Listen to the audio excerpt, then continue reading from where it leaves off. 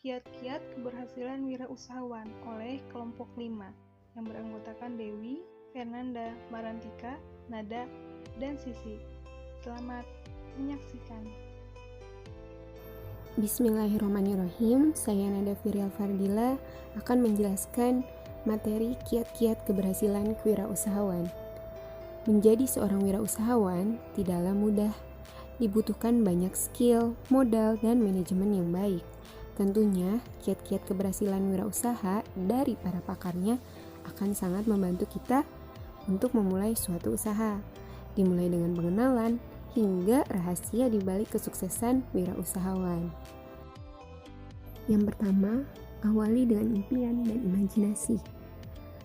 Sebelum manusia bisa mendarat di bulan, tak pernah ada yang berpikir bahwa hal itu akan menjadi kenyataan. Ide mendarat di bulan ini pada awalnya hanyalah sebuah mimpi indah yang tidak akan pernah terwujud.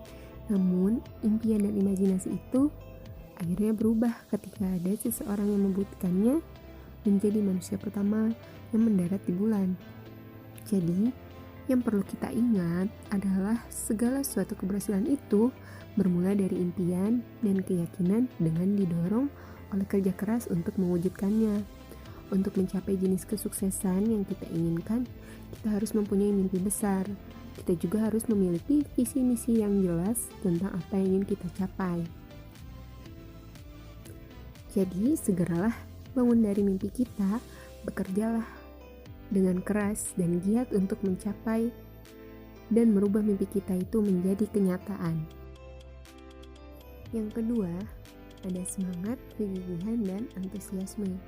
Semangat dan kegigihan adalah sebuah modal utama di dalam memulai usaha perjuangan baru untuk mencapai keberhasilan.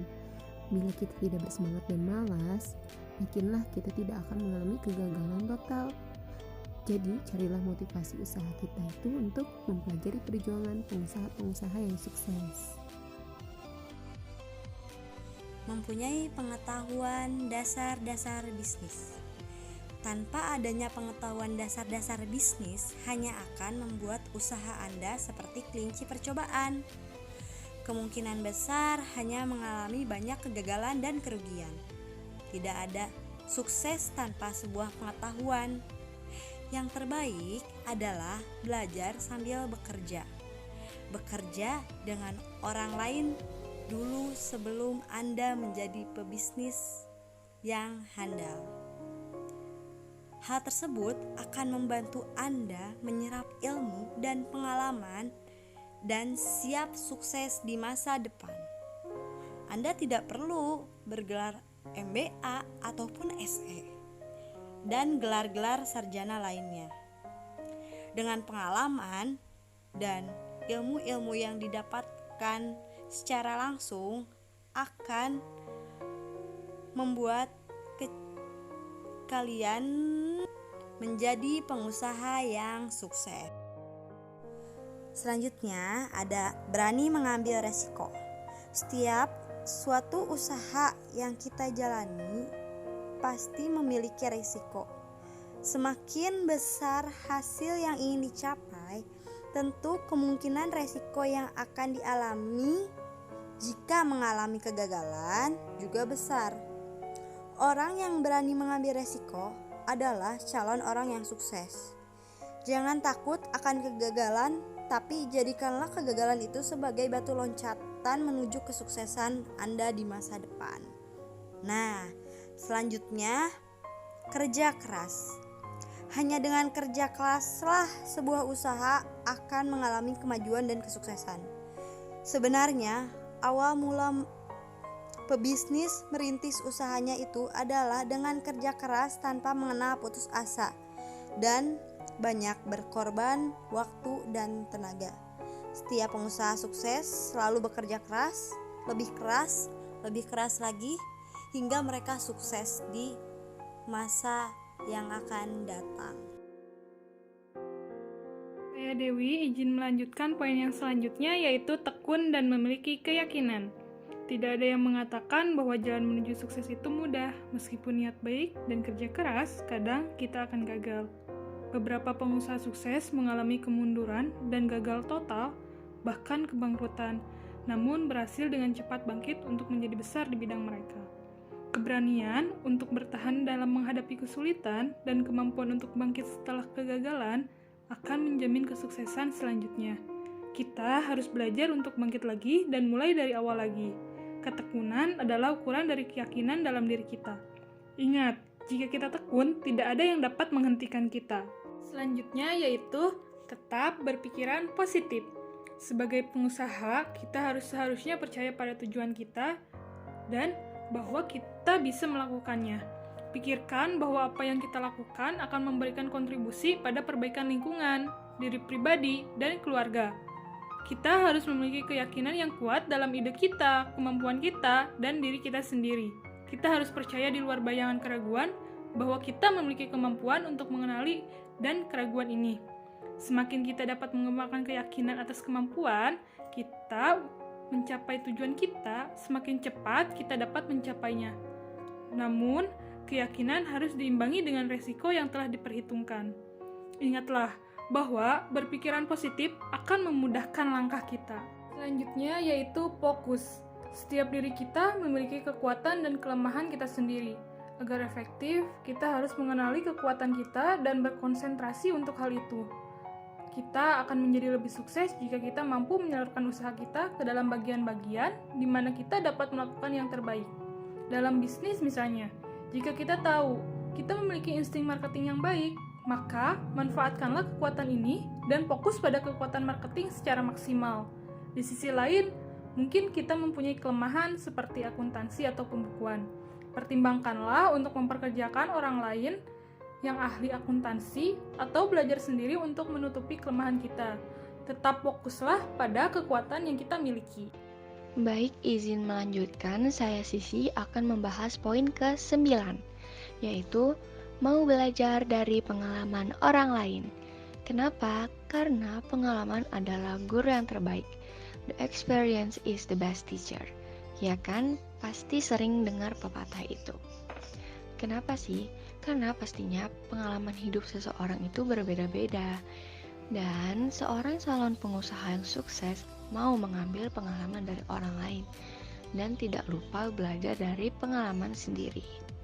Nah, pengalaman itu bisa dari kesuksesan atau kegagalan, harus dijadikan suatu pelajaran yang berharga dan bisa juga dijadikan sebagai panduan dalam memulai usaha untuk mengembangkan usahanya.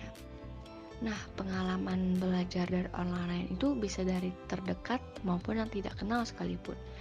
Contohnya kalau orang yang terdekat bisa dari teman sebaya, sharing pengalaman. Dan untuk yang tidak kita kenal, itu bisa kita melihat dari seller-seller online. Dari pengalaman seller online itu kita bisa mengambil ilmu banyak dari segi strategi marketingnya. Bagaimana sih mereka menarik perhatian konsumen, bagaimana mereka memasarkan produknya, dari sistem penjualannya sampai pelayanan servis ke customernya.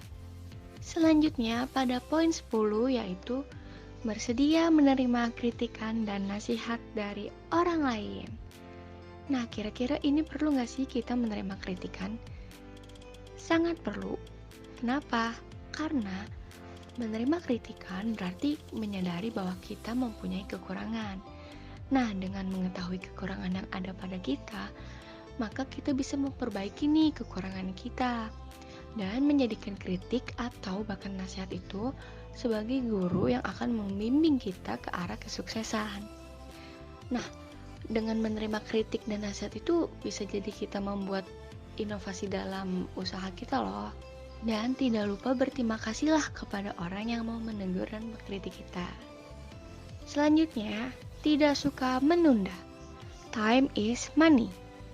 Oleh karena itu, jangan suka menunda hal-hal baik pekerjaan maupun hal lainnya. Lakukan saat ini selagi ada kesempatan. Karena menunda hal baik atau pekerjaan itu hanya membuang waktu. Kita tidak dapat keuntungan di dalamnya. Berarti kita mendapatkan kerugian dan akan membuat kita menyesal. Contohnya ketika ada yang memesan, kita langsung layani dan langsung packing dan melakukan pengirimannya karena customer nggak mau menunggu lama. Selanjutnya, peduli konsumen. Kenapa sih kita harus peduli kepada konsumen? Karena pembeli adalah raja. Nah, ada nih salah satu toko yang menerapkan prinsip ini. Bob Sadino adalah orang yang memperhatikan konsumen. Caci maki dari seorang pembantu rumah tangga ia jadikan masukan bagi manajemen pemasarannya. Ia menjadikan keluhan konsumen sebagai masukan dan langkah perbaikan ke depannya. Nah, dengan kita mendengar keluhan konsumen, apa yang mereka mau, kita jadi tahu nih kebutuhan konsumen. Dan ketika kita melakukan pelayanan yang bagus, konsumen akan terus membeli produk kita. Karena pelayanan servis yang bagus itu sangat mempengaruhi usaha kita. Ya, saya Fernanda Putra Perdana, co-founder dari PT Kebahagiaan milik kita semua. Akan melanjutkan presentasi. Melanjutkan pemaparan dari teman saya untuk menjadi seorang wirausaha yang sukses. Yang pertama, kita harus menjadi seorang yang inovatif dan kreatif itu. Ya, inovatif dan kreatif. Ini adalah hal yang sangat krusial bagi seorang wirausaha yang ingin sukses gitu. Dunia kan selalu berubah. Kita tidak bisa menghindar dari perubahan zaman yang hingar-bingar itu. Tapi kita masuk dalam itu. Kita berperan dalam perubahan itu. Kita masuk dalam siklus itu. Bahwasanya kita berhutang budi gitu pada generasi sebelumnya. Kemampuan kita untuk beradaptasi, kemampuan kita untuk berinovasi, menuntut kita untuk selalu belajar dan mengajar. Berikanlah kesempatan pada penemuan-penemuan baru. Akan sulit jika kita tidak mempunyai landasan yang inovatif dalam berdagang. Persaingan dagang itu akan selalu ada, dan itu sangat tidak sehat itu. Tapi jangan risau, jadikanlah ini sebuah rintangan. Semua ini bisa kita siasati dengan sebuah inovasi. Ini masuk dalam perjalanan kita menjadi seorang wirausaha yang sukses. Oke, selanjutnya yaitu janganlah menjual barang, tapi jualah sebuah solusi permasalahan. Ini agak sulit dijelaskannya, tapi ini masuk dalam ilmu marketing sih sebenarnya. Sukses memang luas definisinya. Beberapa orang itu beda-beda arti sukses itu. Tapi bagi kebanyakan pengusaha yang sukses ya yang berpenghasilan besar dan penjualannya banyak gitu. Untuk menarik pelanggan yang banyak, kita harus paham mau pelanggan apa itu. Mau pelanggan itu apa gitu. Kita harus mempelajari secara psikologinya. Ada penelitian yang saya lupa lagi itu siapa yang meneliti. Tapi di situ disebutkan sebenarnya pelanggan tidak peduli terhadap barang yang akan kita jual gitu. Tapi pelanggan itu peduli bagaimana barang itu bisa mempengaruhi hidupnya. Contohnya sederhananya seperti itu. Ketika saya memasarkan buku, saya tidak mengatakan bahwa hai bro, ini gue jual buku nih bagus nih, berkualitas dan ori. Itu saya tidak seperti itu. Itu sangat tidak menarik gitu. Tapi saya selalu begini terhadap calon pelanggan saya. Hai bro, gue ada rekomendasi buku nih yang bisa membantu hidup lu nih. Kayaknya potensi lu tuh di sini nih. Nih, gue ada buku yang bisa membantu mengembangkan potensi lu gitu. Ya seperti itu. Jadi jangan tawarkan barang gitu, tapi tawarkanlah sebuah solusi permasalahan gitu. Jadi saya menciptakan rumus berdagang saya sendiri, yaitu rumusnya pahami, puji, dan tawarkan solusi. Oke, yang terakhir dan sebenarnya bukan terakhir juga, yaitu belajar dan terus belajar. Kita tidak bisa menjadi seorang wirausaha yang sukses jika kita hanya belajar di mata kuliah kewirausahaan ini. Ada banyak sekali kesempatan belajar yang bisa kita ambil dan kita manfaatkan. Kita hanya perlu menginvestasikan satu hal, yaitu waktu. Waktu itu sangat berharga, jadi buatlah waktumu selalu berharga dengan selalu belajar gitu. Tapi mindset kita jangan jadikan belajar itu sebuah beban, tapi anggap saja seperti makanan yang jika tidak kita konsumsi, kita akan lapar gitu. Jadi dari yang saya dan teman saya katakan dari awal ini sebenarnya tetap ini akan bermuara ke sebuah pembelajaran yang telah menyatu menjadi perjalanan kita menjadi seorang wirausaha yang sukses. Oke, sebenarnya masih banyak sekali kiat-kiat untuk menjadi seorang wirausaha yang sukses. Tidak akan cukup dibahas dalam video singkat ini. Tidak juga cukup dibahas dalam semua pertemuan perkuliahan ini. Tapi itu bisa kita dapatkan di luar perkuliahan ini. Belajar bisa di mana saja. Contohnya dengan membaca buku. Karena buku adalah sumber dari segala ilmu ya. Di toko buku saya ada beberapa buku yang bisa membantu kalian melangkah menjadi seorang wirausaha yang sukses.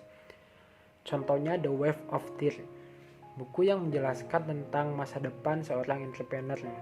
Buku yang bisa membantu kita memahami secara jelas apa itu entrepreneur dan wirausaha itu yang sebenarnya itu seperti apa gitu, dan masa depannya itu seperti apa. Bukunya sangat bestseller di seluruh dunia. Di toko buku saya juga lumayan bestseller, penjualannya lumayan. Dan yang lebih menarik itu penawaran diskonnya yang sampai 90%. Jadi jangan lupa nih kunjungi ya www.berniagabook.com ya, atau Instagramnya @berniagabook. Oke, jangan lupa ya. Oke, mungkin sekian dari kelompok kami. Mohon maaf jika ada salah dan benarnya. Terima kasih. Wassalamualaikum warahmatullahi wabarakatuh.